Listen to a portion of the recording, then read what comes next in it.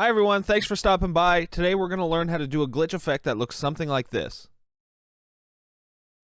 Super simple, but you can use this in many different ways, and it's a lot of experimenting, but let's just jump in and I'll show you guys how to make it. Okay, so the first thing we're going to want to do is we want to drag whatever logo you want to use onto the workspace. So I'll just use my logo. Once your logo is imported, you're going to want to look down below. There's a stock footage that you're going to have to download, so just go ahead and do that right now. But once you have the stock footage download, you want to drag that in as well. This is what the stock footage will look like. It's basically just stock glitch effect. Put that underneath your logo, and you can turn the sound and the view right off. So now you just have your logo back on the workspace. Next up, you want to go up to your effects panel and type in displacement map. This right here, and you want to drag that on to your logo. So now displacement map behavior, just make sure that this is stretch map to fit. But now when you make this react to the screen glitch footage, now your logo's glitching, but it's a constant glitch. So, you know, you don't really want it to just constantly glitch unless that's something that you do want to do, and then you're done. So what you're going to need to do is you're going to have to edit this a little bit. So when you look at your max horizontal displacement and max vertical displacement, the more you crank this up, let's say we crank this right up to 182, that's how bad it's going to glitch. So you can fool around with that to depending on however much you want it to glitch. I find 5 is pretty good. But basically how you have to do is you have to keyframe these two to start and stop so that it'll glitch and then not glitch. Turn these to 0. Turn both of those to 0, so now it won't react at all. And you're going to just want to put 2 keyframes anywhere. Doesn't matter, just so that they're available. So now when you push U, you click on your logo and you push U, you'll see these 2 keyframes are there, and that'll just mean that it's not reacting at all. You want to slide these 2 keyframes to wherever you want it to start. So now it's not going to react, and at 1, we want to set this to react for, let's say, a full second. So you want to go 1 frame over, and you want to set these now to 5. So you can just click down here. Now that you have them open, you have the keyframes active, and you can put 5. So you put 5 on both of those, so what that'll do is basically start the glitch. Now you just need to reverse these 2 in order to have them stop. So what I mean is you put 2 more keyframes at 2 seconds by using these. So you add them. They're still at 5 seconds. What this is going to do is tell it to...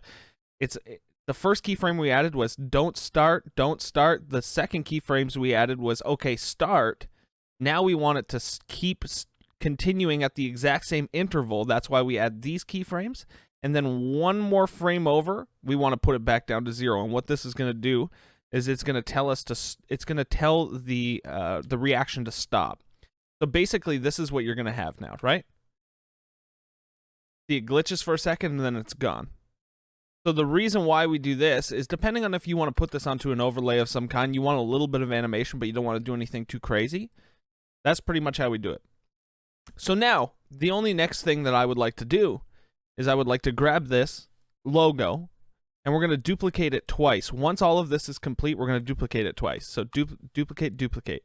And you can rename these to be like red and green. Whatever colors you choose that are going to be behind this image. Because when it glitches, we want it to kind of look like it's failing almost, right? I guess that's the best way to put it. We want it to look like it's almost failing and shutting down, and then it goes back. So the reason why I do this is now because we're going to have this logo. We basically want to grab it and just move it over 1, 2, 3, 4, 5 with your arrow keys. Move it over 5, and then we're going to want to take this one and move it left 5 times. So now you can see that the logo is kind of like, you know, it's spread out because you have the 2 underneath layers that are going to come out when it starts glitching. So now I typically will just take like a hue and saturation. So you go up to your effects and type in hue, and hue saturation will come up. You can drag it onto the red logo, and now we can change with this knob what color we want that to be. So let's say we do want this one red, and then you want to do the exact same thing on the second layer. So drag hue onto the second layer, and what do we want this one to be? Let's say green, because we already named it green. So we might as well just make it green. So let's find a nice green. Actually, you know what? Blue looks nice. Blue looks nice. That looks really good. So let's go like this. We'll rename it blue just for the sake of the tutorial. And we can move these out even more. So we see that 5, 6, 7, maybe 7 will look better. However, you don't want this to always stay there. You only want those layers to be active when the glitch is happening, because you kind of want it to fall apart, right?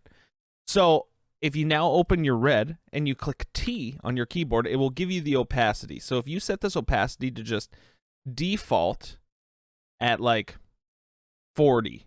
So if we set both of these with T to 40, I think that that looks pretty cool, because it's we don't want it to be forefront. We want it to kind of just be behind. And now you want to basically, you want to add keyframes to make that appear only when it's glitching. If you click on the main logo and click U, you'll see that it was from 1 to 2 seconds that we had added in the glitch.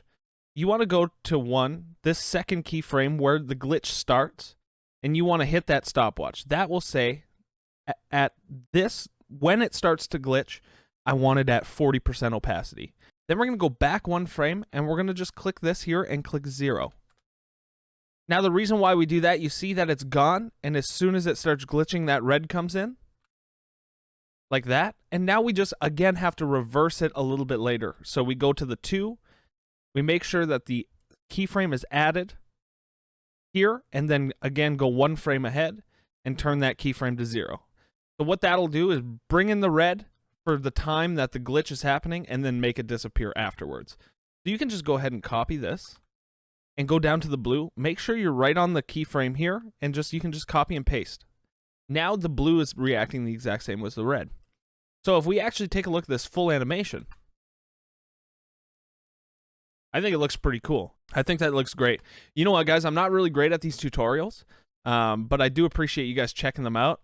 Thank you for hanging out. Thank you for checking out my channel. I appreciate it. If you want more, let me know what you want to learn in the comments. And of course, always subscribe if you guys enjoyed the content, if it helped you. Anyways, guys, thank you so much. We'll see you guys later. Peace from the Middle East. I'm Flo.